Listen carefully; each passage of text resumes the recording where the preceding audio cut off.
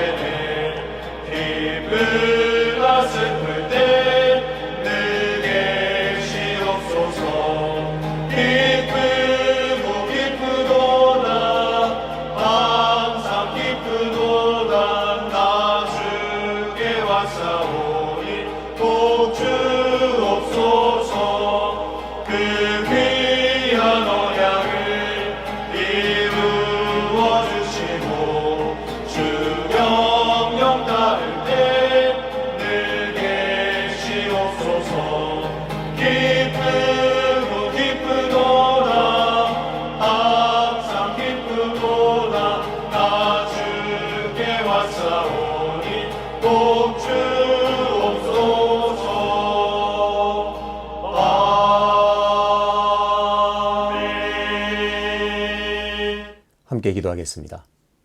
아버지 하나님, 오늘 이 새벽에도 하나님의 은혜를 맛보게 하시고 하나님의 신선한 생명과 은혜를 공급받게 하심을 감사합니다.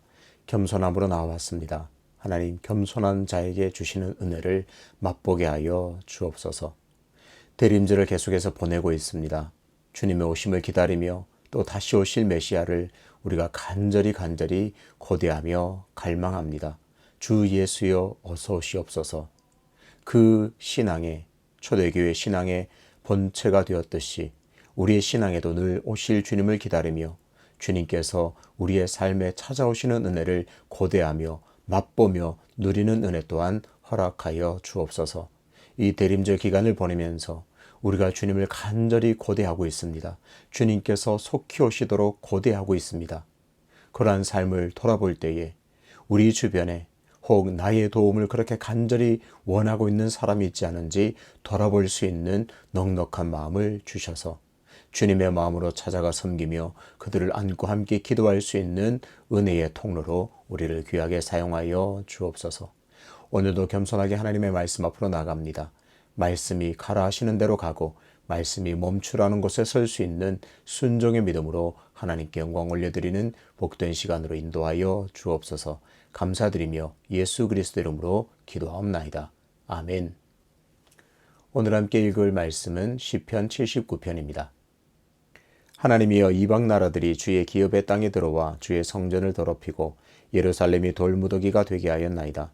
그들이 주의 종들의 시체를 공중의 새에게 밥으로 주의 성도들의 육체를 땅의 짐승에게 주며 그들의 피를 예루살렘 사방에 물같이 흘렸으나 그들을 매장하는 자가 없었나이다. 우리는 우리 이웃에게 비방거리가 되며 우리를 애워싼 자에게 조소와 조롱거리가 되었나이다. 여호와여, 어느 때까지니이까? 영원히 노하시리이까? 주의 질투가 불붙듯 하시리이까? 주를 알지 아니하는 민족들과 주의 이름을 부르지 아니하는 나라들에게 주의 노를 쏟으소서. 그들이 야곱을 삼키고 그의 거처를 황폐하게 함이니이다. 우리 조상들의 죄악을 기억하지 마시고 주의 긍휼로 우리를 속히 영접하소서. 우리가 매우 가련하게 되었나이다. 우리 구원의 하나님이여, 주의 이름의 영광스러운 행사를 위하여 우리를 도우시며 주의 이름을 증거하기 위하여 우리를 건지시며 우리 죄를 사하소서. 이방 나라들이 어찌하여 그들의 하나님이 어디 있느냐 말하리이까. 주의 종들이 피 흘림에 대한 복수를 우리의 목전에서 이방 나라에게 보여주소서. 갇힌 자의 탄식을 주의 앞에 이르게 하시며 죽이기로 정해진 자도 주의 크신 능력을 따라 보존하소서. 주여, 우리 이웃이 주를 비방한 그 비방을 그들의 품에 7배나 갚으소서. 우리는 주의 백성이요 주의 목장의 양이니 우리는 영원히 주께 감사하며 주의 영예를 대대에 전하리이다. 아멘. 폐허 속에서도 피어나는 꽃이라는 제목으로 말씀을 전하겠습니다. 시편 79편은 포로로 잡혀가 있는 이스라엘이 성전을 파괴하고 백성들을 무참히 죽인 이방들, 특별히 바벨론의 심판을 촉구하는, 그렇게 처절하게 호소하는 그런 내용입니다. 총 세 부분으로 나눌 수 있는데요. 첫 번째 부분은 1절부터 4절입니다. 여기서는 이스라엘을 멸망시키고 잔인하게 학살한 그 열방을 고발하는 내용입니다.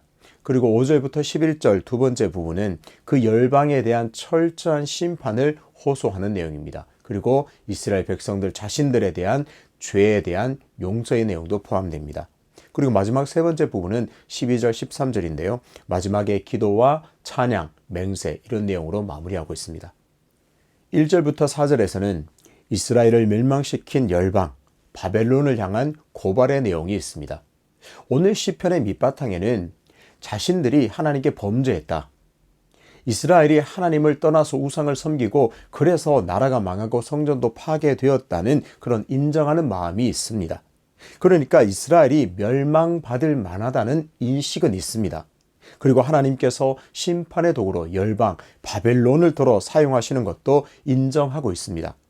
여기까지는 좋습니다. 그런데 그 심판의 도구인 열방, 바벨론이 도를 넘고 선을 넘어서 너무나도 잔혹하게, 너무나도 잔인하게 폭력을 행사했음을 고발하고 있습니다. 설교를 준비하면서 어릴 때 저를 가르쳤던 수많은 선생님들이 떠올랐습니다. 요즘에는 선생님들이 학생들에게 사랑의 매를 사용하지 않습니다. 아니, 사용하지 못합니다. 하지만 예전에는 학생들이 선생님에게 참 많이 맞았습니다. 교칙을 어겨도 맞고, 또 시험 성적이 너무나 나쁘게 나와도 맞았습니다. 맞는 일을 대수롭지 않게 여겼죠. 오늘 내가 잘못했으니 맞는구나, 이렇게 생각을 했습니다. 그런데 그렇게 선생님들에게 맞을 때도 아프기는 하지만 정말 선생님이 내가 잘 되라고 하시는구나, 그런 마음이 착 전해질 때가 있습니다. 아프긴 하지만 그래도 선생님의 그 따뜻한 마음 때문에 맞고 난 다음에 열심히 하게 되고, 맞고 난 다음에 행동이나 태도를 바꾸게 됩니다.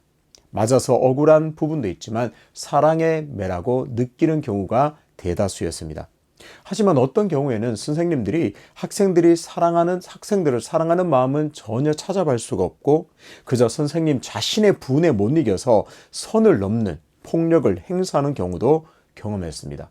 거친 폭언과 함께 상처되는 말들을 막 내뱉으면서 비인간적으로 학생들을 때렸던 그런 것들도 목격한 적이 있습니다. 정도의 차는 있겠지만 지금 이스라엘이 느끼는 감정이 이와 조금은 비슷하다고 볼 수 있습니다. 하나님께 범죄해서 징계를 받은 것은 인정하겠지만, 그래서 이방을 통해, 열방을 통해 심판하는 것은 받아들이겠지만, 그 열방, 바벨론이 도를 넘은 잔인한 폭력, 잔혹한 그런 행포들은 견딜 수가 없습니다. 그래서 1절에 보면 말 그대로 자신들의 형편을 하나님께 그대로 아뢰고 있습니다. 이방 나라들이 주의 기업의 땅에 들어와서 주의 성전을 더럽히고 예루살렘이 돌무더기가 되게 하였나이다. 가슴이 시리고 아프지만 여기까지는 인정할 수밖에 없습니다. 그런데 2, 3절을 보면 그야말로 도를 넘은 잔인한 폭력을 확인할 수가 있습니다.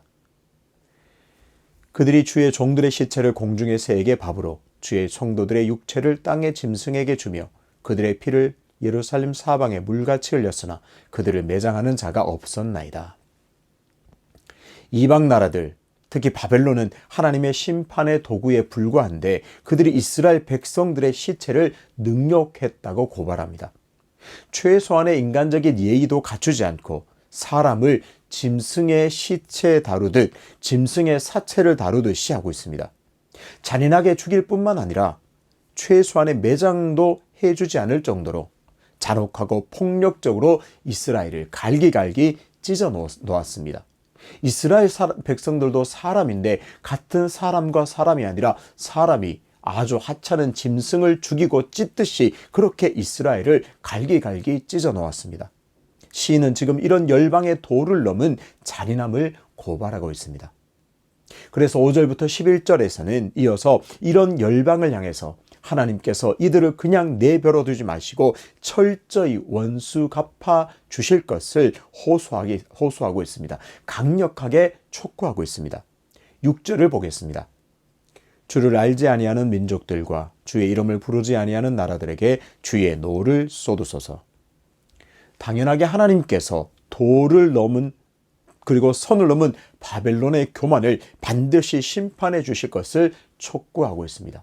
하나님, 우리가 하나님께 범죄해서 하나님으로부터 징계를 받은 것을 인정하겠습니다. 그래서 하나님께서 이방 나라들, 특히 바벨론을 세워서 심판의 도구로 삼으신 것 인정합니다. 그런데 하나님, 바벨론을 보십시오. 저들은 선을 넘었습니다. 도를 넘었습니다. 교만하여서 우리를 짐승처럼 갈기갈기 찢어 놓았습니다. 저들을 그냥 내버려 두지 마시고 그들을 철저하게 심판해 주십시오. 호소합니다. 7절에서도 바빌론이 하나님이 선택하신 백성들을 삼키고 거처를 황폐하게 했음을 고발합니다. 하나님의 백성을 무참히 학대하고 능욕하는 것은 곧 그들을 선택하시고 그들의 아버지가 되시는 하나님을 모욕하는 것이기도 하다는 것을 강조하면서 반드시 하나님께서 바벨론을 심판하실 것을 강조합니다. 이어서 시인은 자신들의 죄를 용서해 주실 것을 간청합니다. 바벨론을 향하여서 저들을 심판해 주십시오. 저들을 용서치 마십시오 하는 것에 그치지 않고 다시 자신에게로 시선을 돌려서 하나님, 우리가 정말 잘못했습니다. 나를 용서해 주시고 우리를 용서해 주십시오 간청합니다. 바벨론이 무참히 이스라엘을 짓밟은 것은 분하고 견디기 힘들 정도로 고통스러운 일이지만 결국 그렇게 된 궁극적인 원인들이 자신에게 있음을 시인하고 있습니다. 8절과 9절에서 조상들과 자신들의 죄를 용서하시고 그래서 포로 생활에서 궁극적으로 우리를 구원해 주실 것을 간절히 기도합니다. 그동안 죄를 깨닫지도 못하고 회개하지도 않았는데 이제 철저히 회개하고 돌이켰으니 하나님의 크신 긍휼로 다시 용서해 주실 것을 간절히 기도합니다. 부디 자신들의 죄를 용서해 주십시오. 간절한 용서의 기도, 죄사함의 은총을 바라는 기도를 드리고 있습니다. 이제 마지막 부분 12절 13절에서는 다시 한번 꼭 바벨론을 심판해 주실 것을 촉구합니다. 원수를 갚아주시되 7배나 갚아서 정말 그들의 교만을 꺾어주시고 그 교만을 하나님께서 반드시 심판해 주실 것을 강력하게 촉구합니다. 그러면서 마지막 13절에서 정말 중요한 약속을 하나님께 올려드립니다. 주의 백성이요 주의 목장의 양이니 우리는 영원히 주께 감사하며 주의 영예를 대대에 전하리이다. 자신들의 죄를 뉘우치고 이제는 영원히 주를 바라보면서 주께 감사하고 주의 영예를, 주의 영광을 대대에 전하리라 약속하고 있습니다. 하나님, 이제는 정말 주의 영광을 드러내면서 하나님을 기뻐하면서 하나님을 경외하면서 하나님을 높이는 삶을 살겠습니다. 기도합니다. 처절한 반성과 회환이 묻어납니다. 이전에는 하나님을 기억하지도 않고 회개하지도 않고 사랑하지도 않고 경외하지도 않았음을 철저하게 반성하고 있습니다. 그러나 이제는 하나님께서 자신들을 용서해 주시고 바벨론 생활에서 구원해 주실 것을 호소합니다.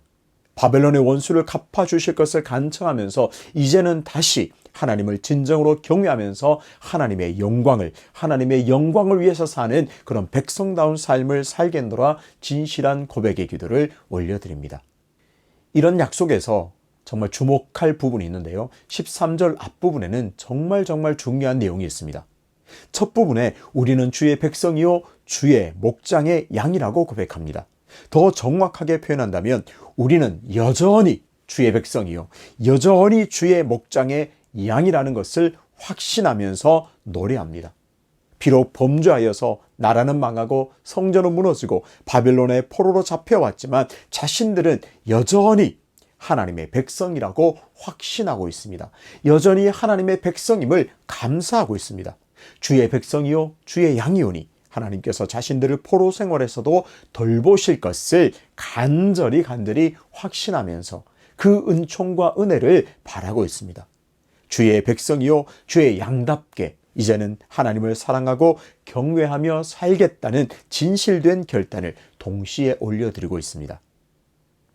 길을 걷다 보면 정말 척박한 곳에서도 꽃들이 피어나는 그런 기적 같은 경이로운 모습을 발견하게 됩니다. 그렇습니다.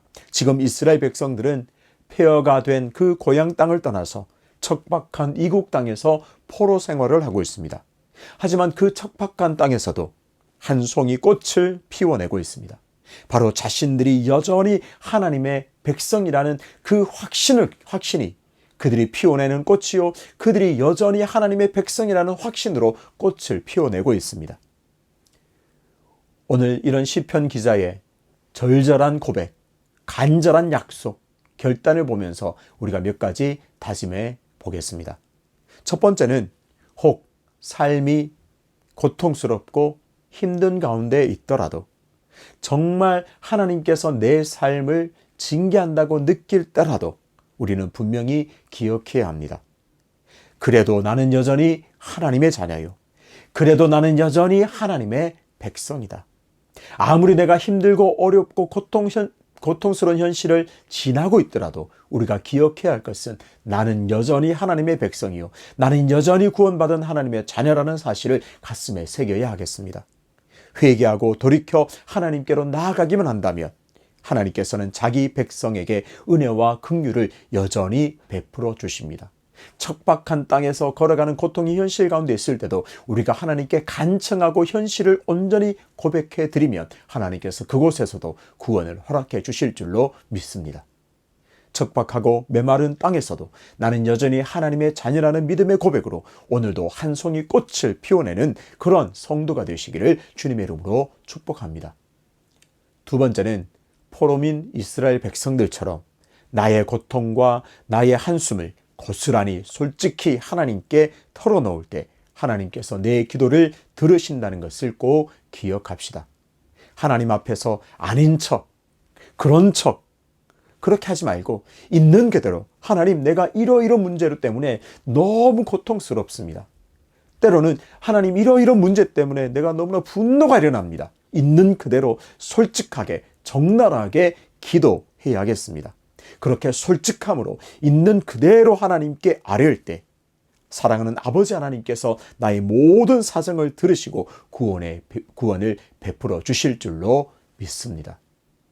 오늘 시인은 자신들의 현실을 마주하면서 고통스럽게 현실을 인정하기도 하고 죄 용서를 구하기도 하고 바벨론 원수를 갚아줄 것을 간절히 요청하고 있습니다.